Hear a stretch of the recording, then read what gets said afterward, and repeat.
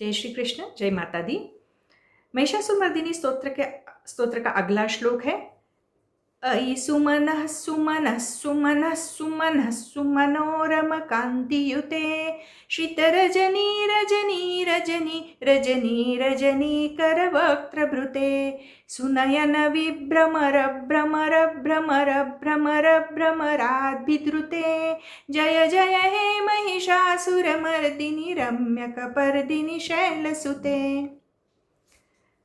यह जो श्लोक है, इस श्लोक में देवी के आंतरिक एवं बाह्य सौंदर्य का गुणगान किया हुआ है। देवी को त्रिदेव तथा अन्य देवताओं का तेज प्राप्त हुआ था, इस कारण उनकी रूपकांति, उनकी प्रभा सर्वश्रेष्ठ है, मनोरम, मन को लुभाने वाली है। पहली पंक्ति में क्या कहा है? अयि सुमनः सुमनः सुमनः सुमनः सुमनः सुमनोरम कांतियुते। तो पहले अयि यानी हे, सुमनः, पहला सुमनः सुप्रसन्न संतुष्ट, दूसरे सुमनः का अर्थ है सुंदर मन वाली या उदार, तीसरा सुमनः का अर्थ है पुष्प, चौथा सुमनः है उसका अर्थ है फूल सी मृदुल, और सुमनोरम का अर्थ है श्रेष्ठ, मनोरम, सर्वाधिक मनोरम। और कांतियुते का अर्थ है प्रभा से युक्त हे देवी। अब इसका अर्थ जानेंगे। पहली पंक्ति में देवी को फूल के हर गुण से, उनकी विशेषता से माँ का वर्णन किया हुआ है। सुमना शब्द का अर्थ है फूल तथा उदार मन वाला। वह फूल सी चित्त को आकर्षित करने वाली तो है ही, साथ में उदार मृदु मन वाली भी है। उनका मन इतना मृदुल है कि शत्रु पत्नियों की सुहाग की भी रक्षा की है उन्होंने। सुंदर मन वाली, सुमन यानी पुष्प जैसी कोमल, सुमन जैसी सुगंधित, माँ का एक नाम सुगंधा भी है। सुप्रसन्न और सर्वश्रेष्ठ मनोरम कांति युक्त ऐसी है देवी, ऐसे पहली पंक्ति का अर्थ हुआ। अब दूसरी पंक्ति क्या है? रजनी रजनी रजनी रजनी रजनी करवक्त्रभृते। श्रित यानी रात्रि से सुशोभित, सुशोभित, रजनी, श्रित रजनी का पूरा अर्थ हुआ रात्रि से सुशोभित। रजनी का अर्थ है, एक अर्थ है देवी का एक नाम। रजनी का तीसरे रजनी का अर्थ है रात्रि सी रहस्यमयी। चौथा क्या है? रजनीकर यानी चंद्रमा, और एक रजनी रात्रि। वक्त्रभृते यानी चंद्रमा सा मुख धारण करने वाली हे देवी। तो अर्थ कैसे करेंगे इसका? रात्रि की, अब इस पंक्ति में क्या किया है? रात्रि की कुछ विशेषताओं को बताकर देवी की उनसे समानता का वर्णन किया है। माँ के अनेक नाम हैं, जिनमें एक नाम रजनी तथा शर्वरी भी है, दोनों का अर्थ रात्रि है। श्रित रजनी यानी रात्रि की शोभा से व्याप्त, रात्रि की शोभा से व्याप्त है जो ऐसी। रजनी यानी देवी जो रात्रि की शोभा से शोभित है। रजनी यानी रात्रि सौम्य व सुखकारी है, जिसे सौम्य भी कहा गया है। रात्रि को सौम्य भी कहते हैं। सौम्य यानी सोम यानी चंद्रमा के गुणों से युक्त।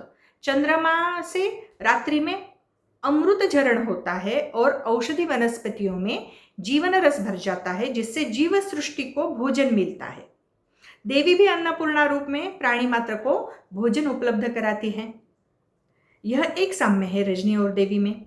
रात्रि सभी जीव मात्र को श्रम दूर करके निद्रा द्वारा विश्रांति प्रदान करती है। देवी का ही एक अन्य रूप निद्रा है। कहा है, या देवी सर्वभूतेषु निद्रा रूपेण संस्थिता। यह एक साम्य हो गया। रात्रि तारों की झिलमिल, तारों का जो झिलमिल प्रकाश रहता है, उससे रात्रि दीप्त होती है। देवी का मुखमंडल अनेक दिव्य आभूषणों से दमकता है। रात्रि का अपना एक रहस्यमयी सौंदर्य होता है। तो देवी तो महामाया है, इसलिए परम रहस्यमयी है।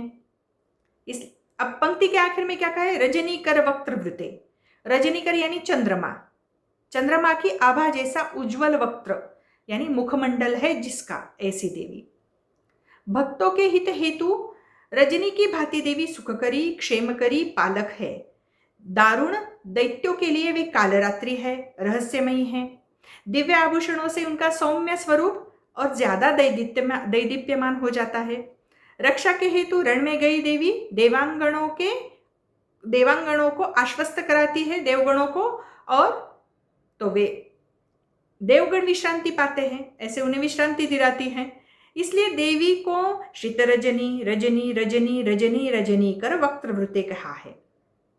ऐसे दूसरी पंक्ति का यह अर्थ हो गया। अब तीसरी पंक्ति में क्या आया है? सुनयन विभ्रमर भ्रमर भ्रमर भ्रमर भ्रमराभिद्रुते।